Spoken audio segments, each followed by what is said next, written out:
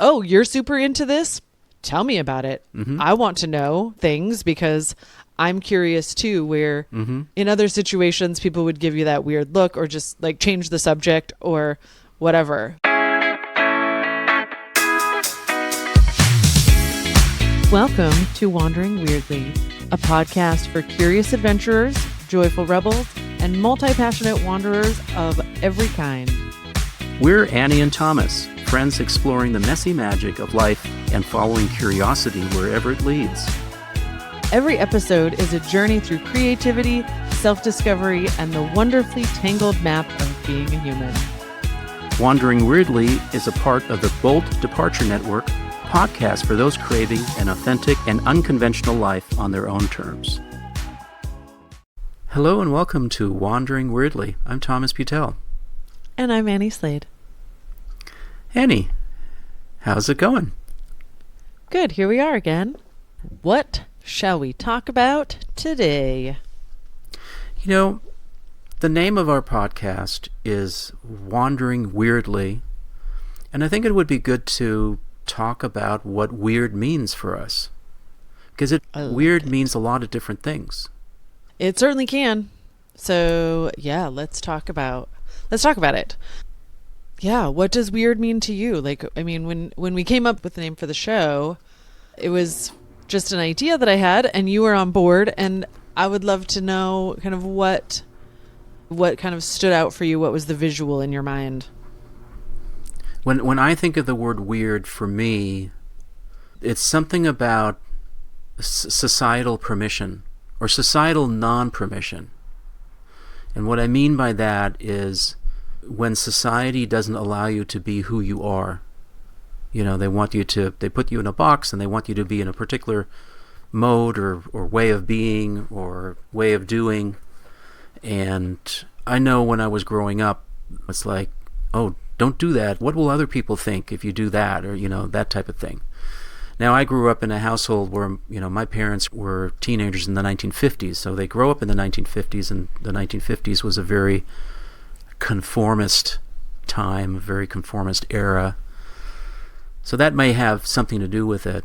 You know, then came the 1960s and sort of the anti-conformist things that happened then, which was good, in my opinion. But I felt that a lot growing up, that it's like, okay, you got to be, you know, quote, normal, or whatever that meant. And normal means, you know, like everyone else. Yeah. Normal means, in my world, boring. Like, yeah. What fun is that? Yeah, I thought when I mean, my parents were born in the 50s, so, you know, they were definitely the children of the 70s, you know, teenagers in the like 70s.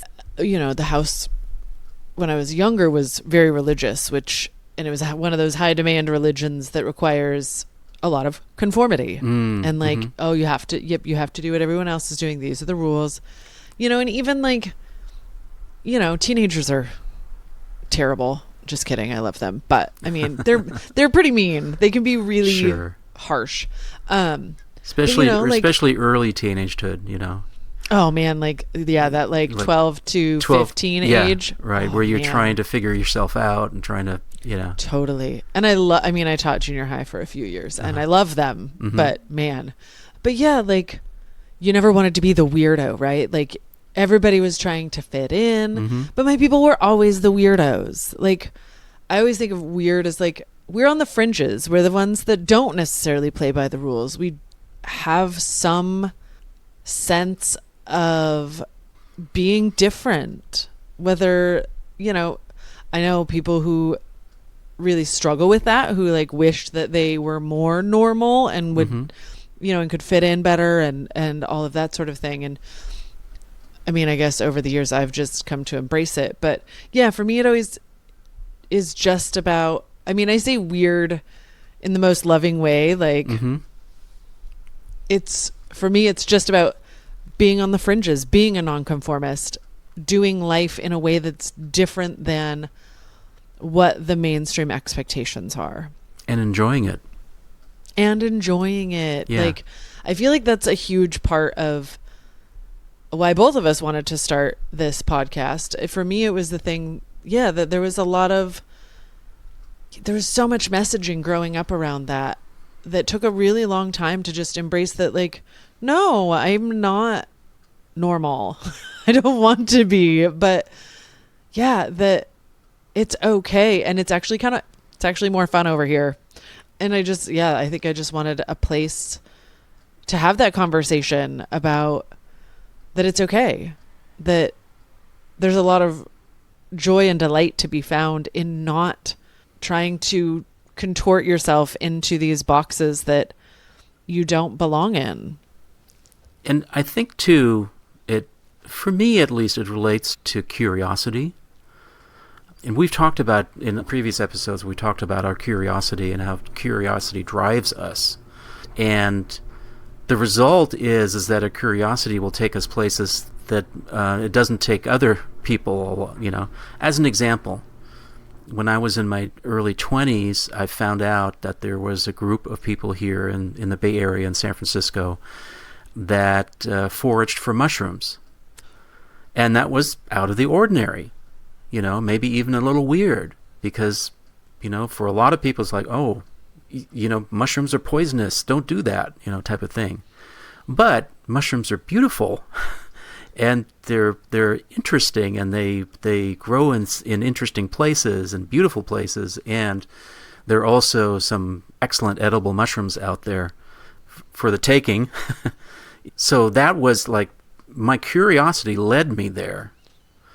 And so I joined the club and studied and learned about mushroom foraging. And it took me about 3 years before I was really comfortable and said, okay, I know what I'm doing now. I know how to... When you're doing foraging, by the way, for mushrooms, you're essentially learning the half a dozen or so really edible mushrooms, the ones you want to find, and you're learning the maybe 10 or 12 really poisonous ones. And everything else in between is... You're not looking for those, right? You're just basically looking for the really good edible ones, and you got to know which ones are the really poisonous ones.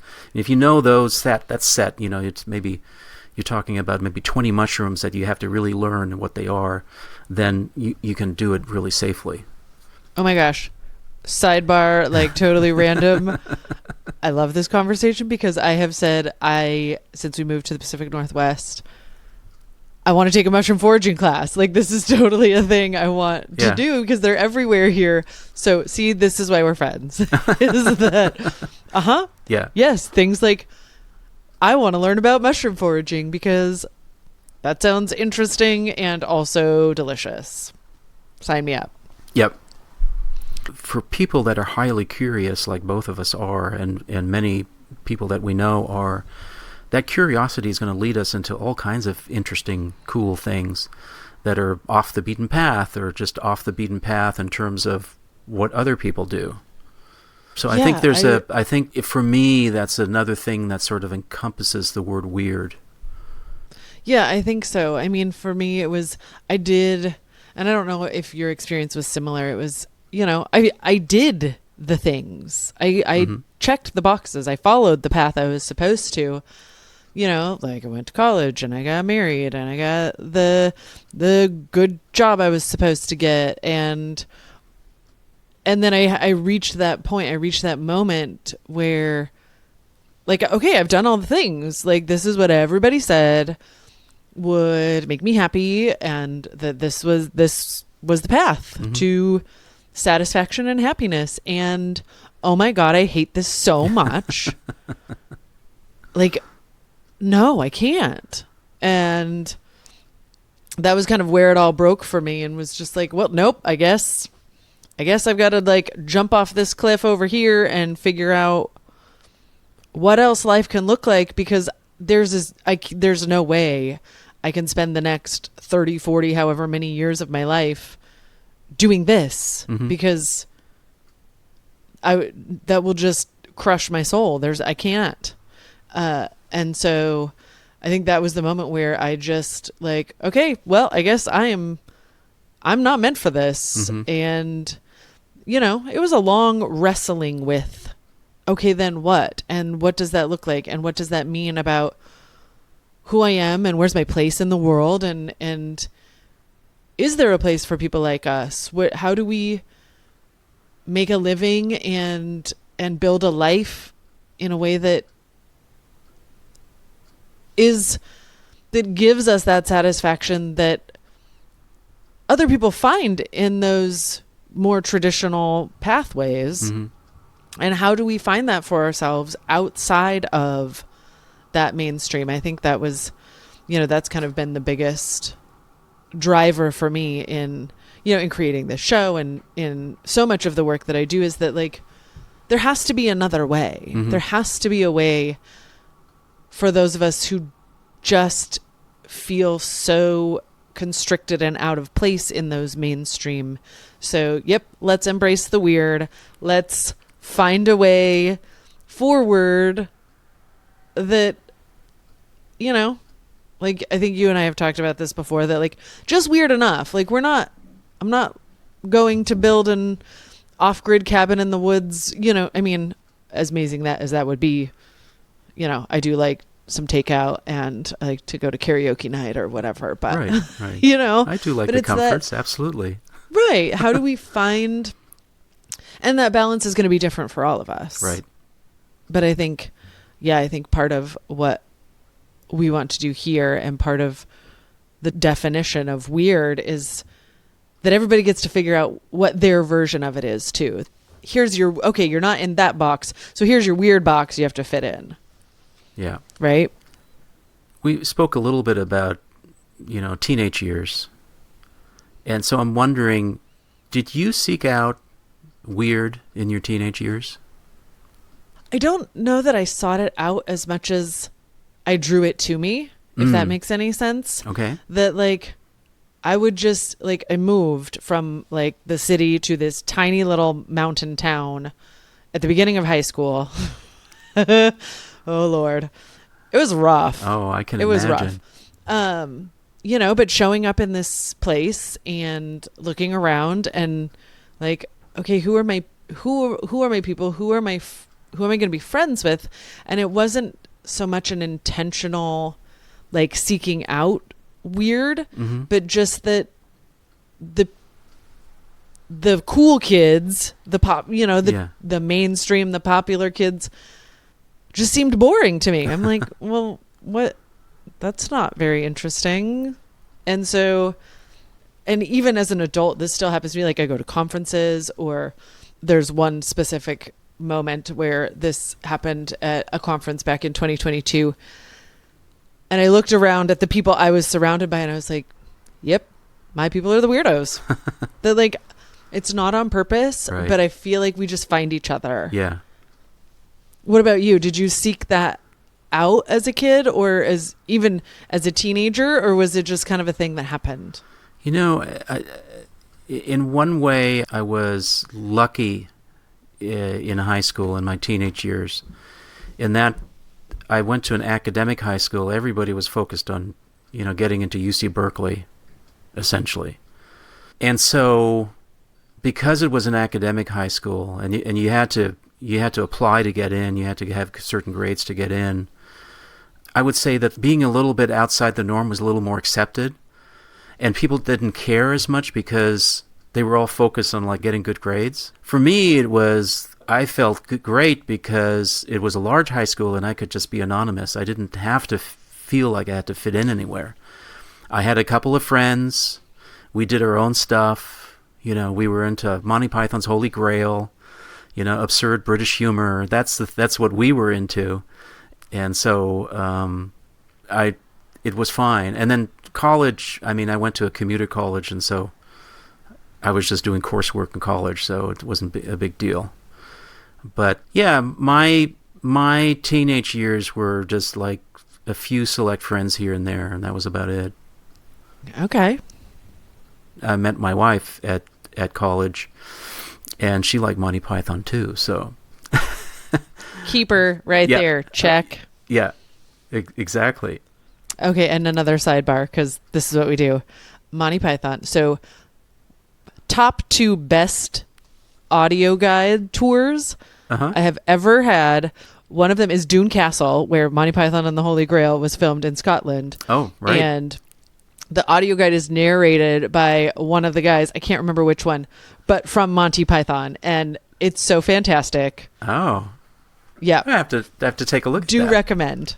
If you find yourself in Scotland, it's an easy day trip from Edinburgh. So, Great.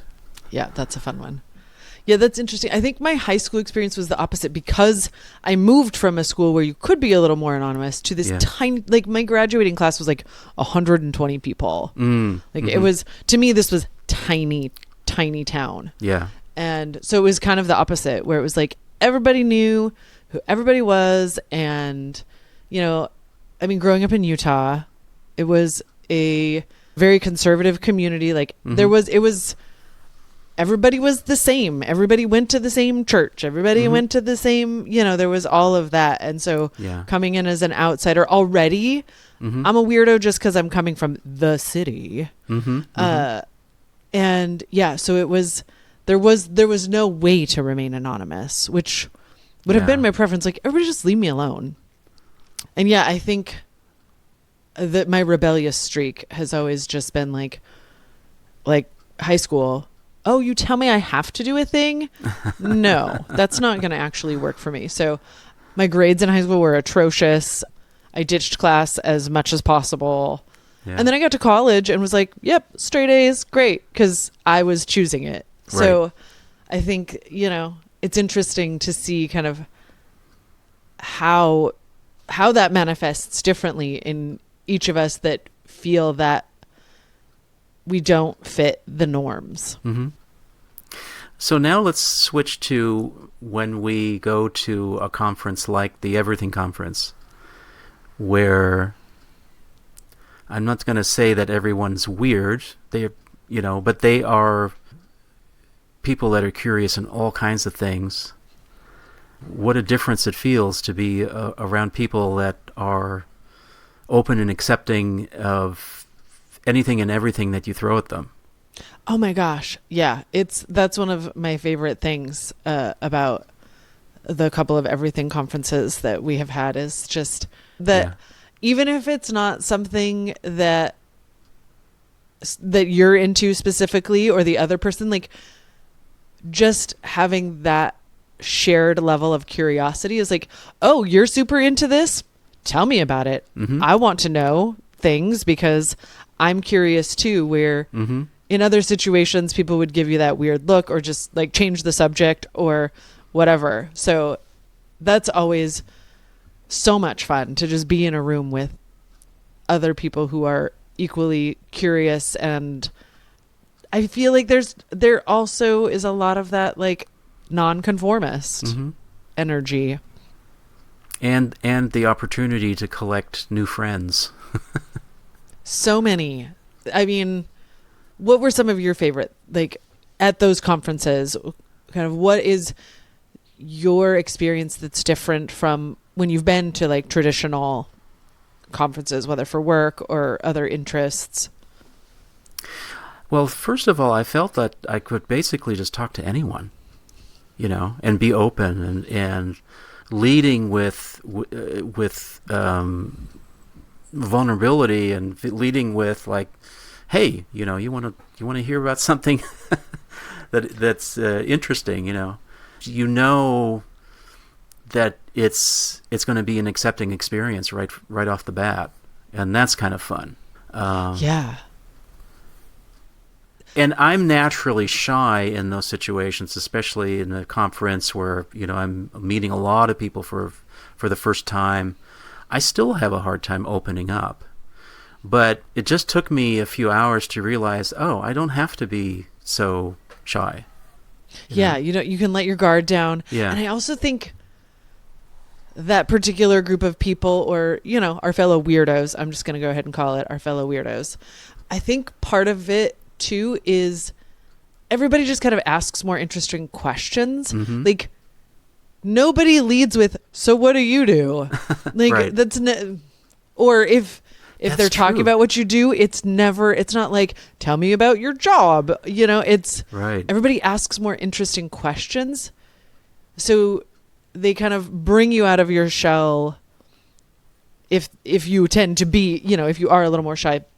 But I think that with a curious, interesting group of humans, they're not interested in knowing those basic. I don't care about what you do for work. Like, tell me what you're exploring right now, or tell me what cool project you're working on, or, like, there's just so many, like, the conversations are so much deeper. We get to skip over the stuff that makes all of us, cringe and just want to crawl in a hole. Yeah. It reminds me a little bit of improv. How in improv, the one of the sort of things that you do in improv is that it's a safe space that your acting partner will take whatever you take and do something with it, instead of like pushing back or saying, no, it's not that. So in improv, you feel like you are being held by your fellow actors, and it's sort of the same way when you go to a conference like this. It's like, oh, I feel held in that way. Yeah, I enjoyed that. That's a great way. And you're right. I don't think anybody asked me what I did for a living. No, I love that, and I love that with, like, I had a friend group. This, in Utah, when I moved back there, made a friend, found, a group of friends, whatever. And I remember at one point, I can't remember, somebody was asking about what one of the people who I had known for multiple years at that point asked what they did. And I'm like, I don't actually know. That's not part of our conversation. And I have plenty of friends even still that I'm like, I don't actually know specifically what they do, because that's not how we connect. That's not what we connect about. That's not really what's important to us. I mean, yes, it's where we spend some of our time and energy, but, like when somebody asked me about my freelance work, I'm like, that's like the least exciting thing I do. Can we talk about something else? Like, that's what I do to get paid. Like, I have way more interesting stuff going on than that. And I'm sure, like, same for you, right? Like, how often when you're talking to your fellow weirdos, how often do you even reference your, like, day job? Not often, unless there was something that's actually exciting about it, which, sometimes it happens, because I'm in a very creative, the work that I do as a programmer, is very creative in itself. So occasionally I'll say, oh, by the way, I want to tell you about this, whatever. So, but you're right. I mean, for the most part, it's like, that's how I make money. And let's talk about these other things. Yeah. I mean, some people love, like, it was far more interesting when I was teaching, like teaching junior high. Yeah. All sorts of fun stories all the time, because kids are weird. And I love them. Especially junior. I think that's why I loved teaching junior high, is they are in the, like, weirdest possible phase that, like, it was so fun because, like, yep, you guys are, like, going through it, figuring out who you are, pushing those boundaries, figuring out how do I fit in this world, in this space, in with my peers. And it was really delightful to watch and to be a part of. But yeah, I mean, outside of that, I always just, my jobs are like, yeah, that's just like my boring business skills. That's not the fun stuff. So for our listeners who are wanting some of that advice, what would you tell them? What did you tell your junior high kids, or how did you encourage them? Oh man, that's a great question. I'm like taking myself back to my 7th graders, as they're just in the throes of it. And my thing was always just find your people. Yeah. Like, okay, Jenny or James or whoever, everybody's going to have something to say, like, about whatever you're into. Just be into the thing you're into. Allow yourself to like whatever it is that you like, and be about that thing. Like, after, at some point, whether, like, if it's like now as adults, whether it's like people you work with or in some other kind of forced situation, right? Like school, you're just forced into a room with these people. You didn't choose this. Right. That, don't worry about it. Like, go there, head down, do your thing. And then when you when you leave, Mm-hmm. be about the thing you're about Mm-hmm. and allow yourself to enjoy it. It doesn't matter what anybody else thinks about it.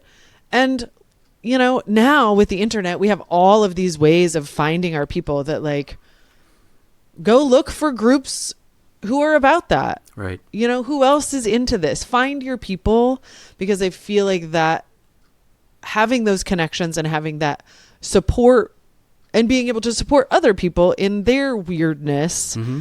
I feel like is just very liberating. Yeah. Yeah. And, you know, maybe it's location. Like now I feel like I live in a place that has lots of fellow weirdos and I love it so much.